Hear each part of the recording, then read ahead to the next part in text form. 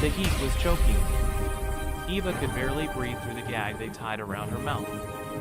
Her wrists were raw and bleeding. Arms pulled tight behind her back, and every bump in the wagon sent a shock of pain through her shoulders. The canvas roof above them trapped the late morning sun. Sweat soaked her dress, clung to her spine, mixed with dirt, blood, and fear. Next to her, Mira slumped against the wooden side. Her lips were split, her eyes glazed, and her chest rose only in short, shallow breaths. The three men riding ahead shouted back at them now and then. One laughed, saying that they'd reached the border by nightfall. Another bragged about how much they get for fresh stock like this. Eva wanted to scream. She wanted to run, but all she could do was sit there, wrists tied, ankles bound, waiting. They stopped beneath some trees when the heat peaked. One of the men, the youngest, maybe 30, jumped down and walked to the back of the wagon. His boots crunched the dry grass as he climbed up and grabbed Mira by the chin. "She's fading. We should make sure she's worth it before we cross." His hand reached for her dress. Eva's heart pounded. Her voice cracked from behind the gag, but she forced the words out. Dry and broken. "Wait, we're taking it off." The man turned startled. Her voice trembled, but she looked him in the eyes. "You don't have to hurt us. We'll do it. Just let us go after." There was silence. Then he laughed. "You think I want it? You're not for me. You're for the buyer." He jumped down and walked off, still laughing as he rejoined the others. That night, when the men passed around whiskey and roasted stolen meat, Eva didn't sleep. Neither did Mira. Eva twisted her wrist, slowly working the wire shard she had hidden in her sleeve. It was dull, barely sharp enough to tear cloth, but it was all she had. The ropes dug deeper into her skin. Blood ran down her arms. Her breath stayed quiet. Every sound could be her last. Hours passed, the men argued, then they fell into snoring.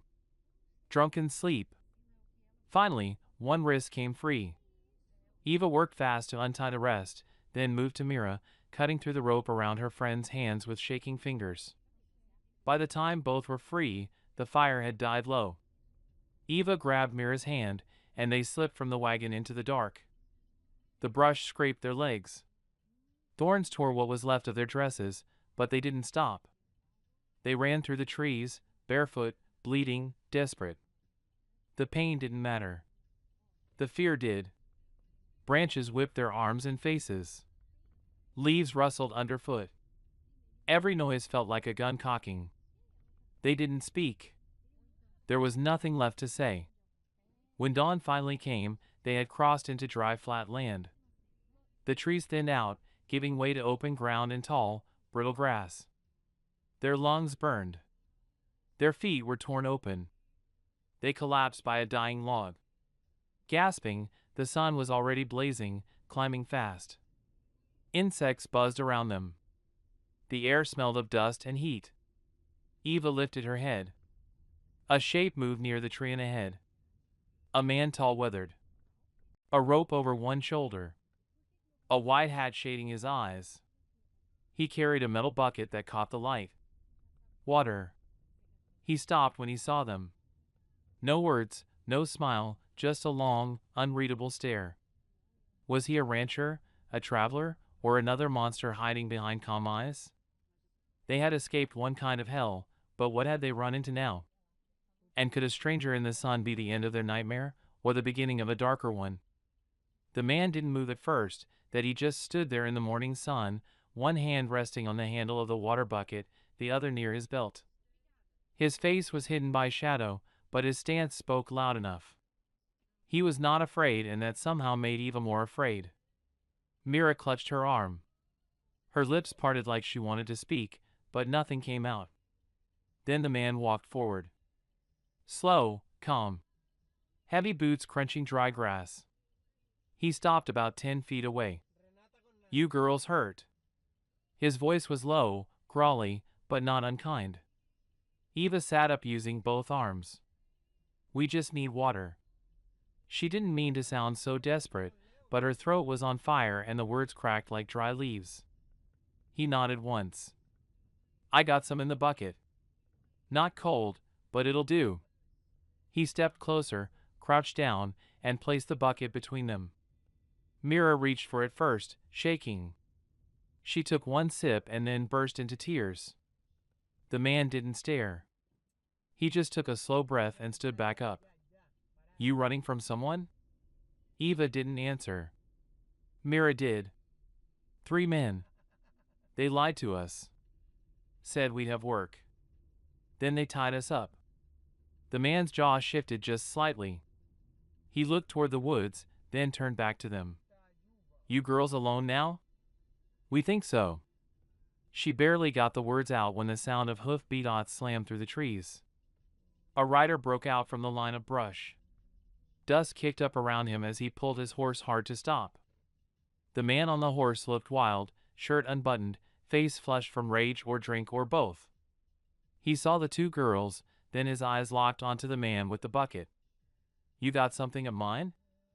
The cowboy didn't flinch. Don't reckon I do. The rider swung down, pulling a revolver from his belt. Back off. Those 2 belong to me. The words hit like a slap. Mira gasped. Eva reached for a rock. The cowboy moved faster. In one smooth motion, he stepped forward, pulled a pistol from his hip, and fired. The shot echoed across the plain. The rider dropped his gun and screamed, falling to one knee. Blood soaked his shoulder. The cowboy walked up to him slow and steady. No one owns anybody out here. He picked up the drop gun, emptied it, and tossed it aside. You tell your friends. If they come for these girls, they answer to me. The man didn't argue.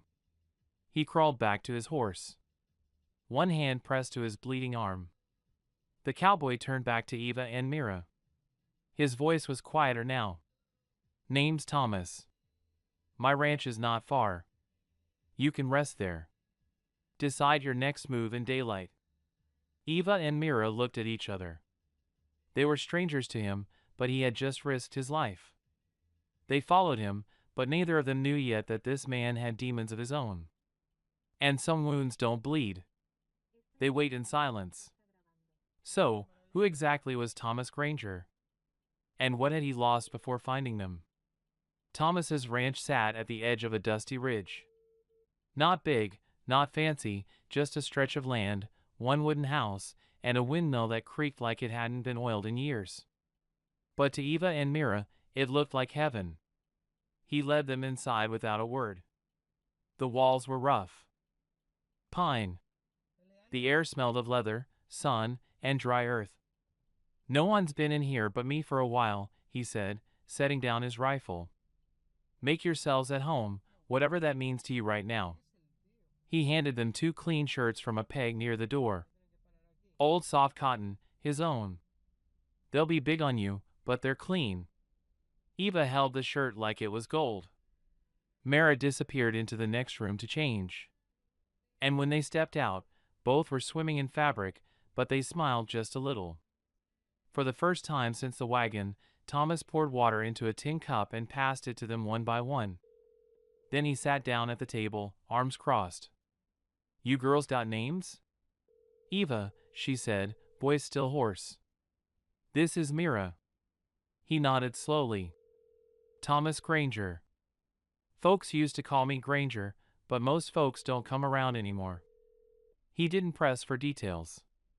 Didn't ask what those men wanted or how far the girls had run. He just got up and started cutting dried meat into slices. You're safe here, he said. Until you decide what comes next later. They sat on the porch watching the sun drop behind the hills. Mira had her legs tucked under her. Eva wrapped both arms around her borrowed shirt. Thomas lit a cigarette and said nothing for a long while.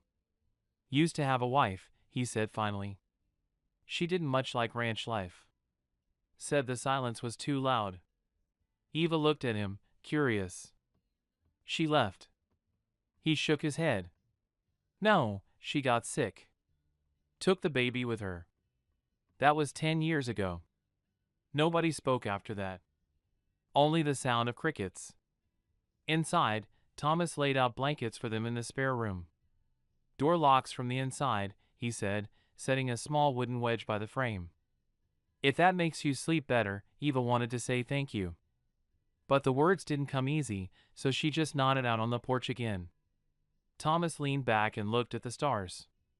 2 girls had come into his life out of nowhere, and somehow his house didn't feel so quiet anymore.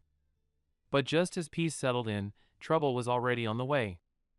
3 shadows were riding through the dark, and one of them had a bandage on his shoulder. If you're still here with us, maybe you're like me. You appreciate a story that's raw, real, and just a little bit wild. Go ahead and hit that subscribe button so you don't miss what happens next.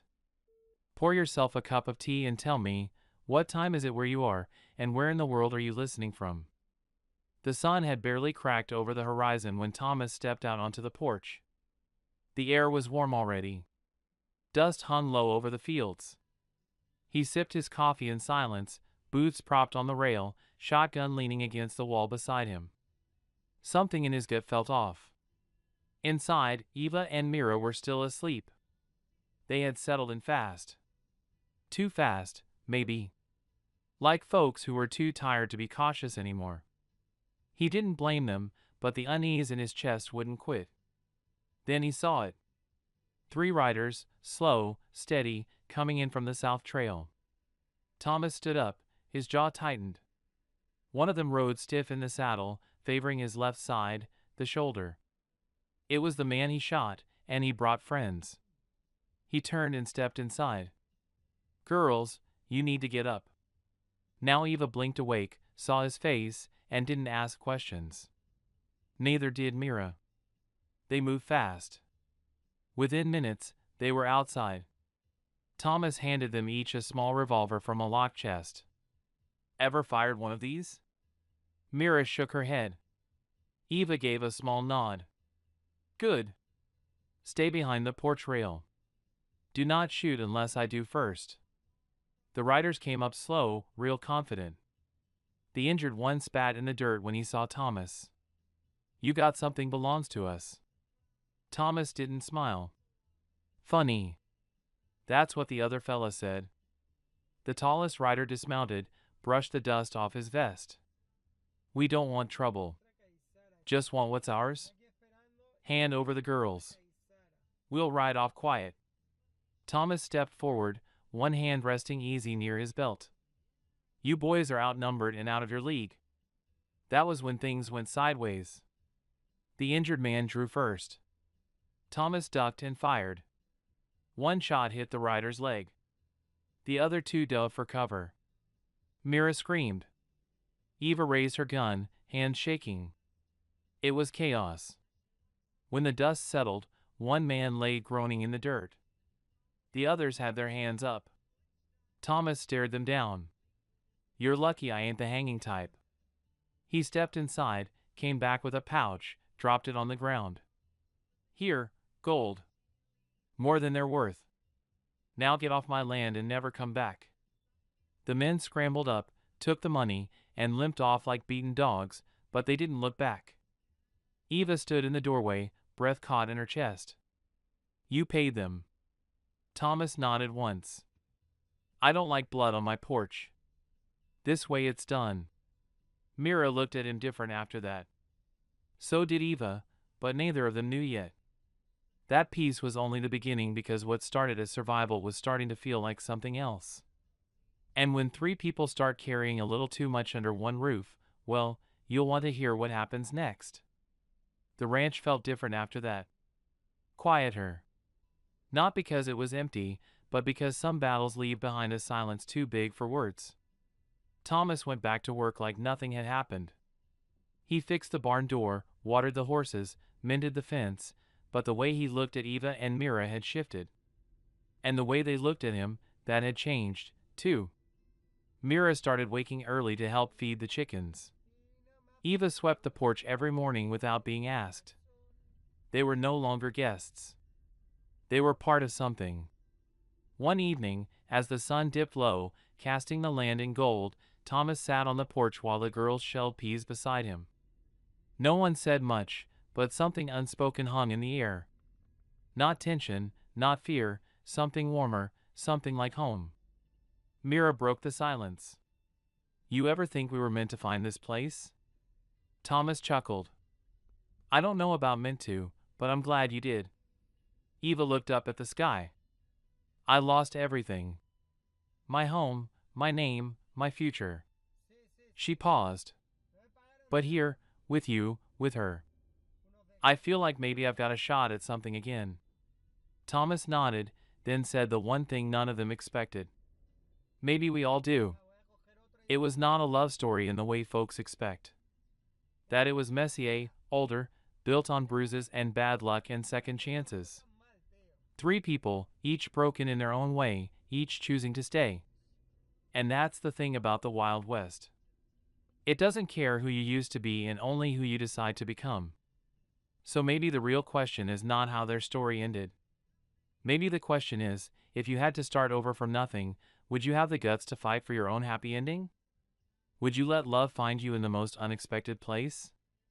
And if you did, would you be brave enough to keep it? If this story stirred something in you, even just a little, tap that like button. And if you want to hear more stories like this, tales of grit, love, and the human spirit, go ahead and subscribe to the channel. We've got a lot more to tell. Now, pour yourself another cup of tea. Tell me where you're listening from. And if you were out there on that porch with Thomas, what would you have done differently?